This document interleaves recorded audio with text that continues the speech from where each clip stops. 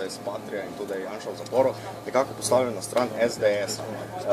Čeprav tega ni izrecno izrekel, ampak vendarle, kakšno je vaše mnenje? Vidite vi tudi včerajšnje Glavanove besede kot to, da bi naj po svoje agitiral za SDS? Naš Glavan se je opredelil do tega procesa, sicer pa so kristjani, verjamem, da v velikih strankah naših zagotovo. Slovenska ljudska stranka je stranka, ki stavi na krščanske vrednote, smo del evropske krščanske demokracije, zato mi smo redni verniki tudi pri mašah.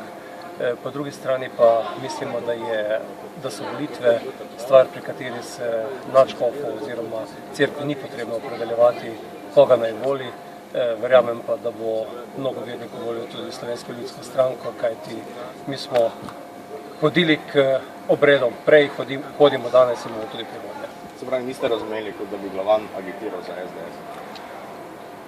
Lahko se različno interpretira to početje. Zagotovo je ta proces zaznamoval celotne letošnje volitve. Verjamem pa, da se bodo verniki odločili po svoji vesti in tisti, ki se bodo odločili za Slovensko ljudsko stranko, bodo zagotovo naredili dobro delo. Zdaj samo še eno vprašanje. Govori se, da naj bi se gospod Cerar že aktivno pogovarjal tako z SLS-om kot z Novo